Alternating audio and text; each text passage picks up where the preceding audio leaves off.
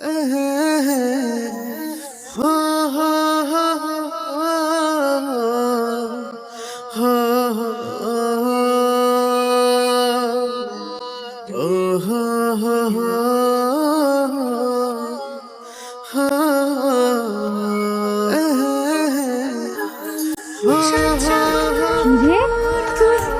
তুই এতদিন পর পড়তে এলি, প্যান্ট শার্ট পরে তোর তো একেবারে সাহেবের মতো লাগতেছে।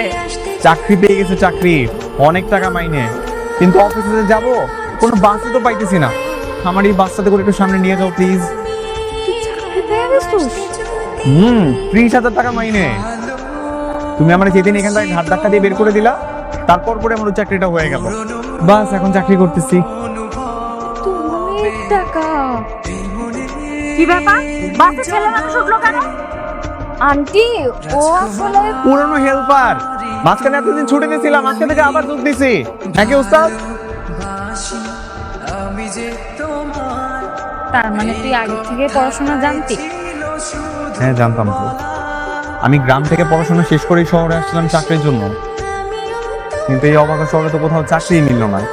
হুট করে কিন্তু তোমারে দেখলাম, প্রথম দেখাতে আমার ভাল লেগে গেল, অনেক পছন্দ করে ফেললাম তোমারে, ভাল লেগে গেল তোমারে। তারপর তুমি কই চাকরি করো, তোমারে ফলো করলাম, করতে করতে জানলাম তুমি এখানে চাকরি করো।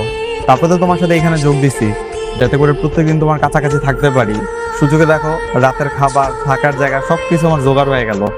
তার জন্য তো তোমার এখানে পড়েছিলাম। তোকে আমার দরকার নাই, তো চাকরি হয়ে গেছে তাই না? কখনো শুনছো ভালোবাসার প্রয়োজন পুরো আছে?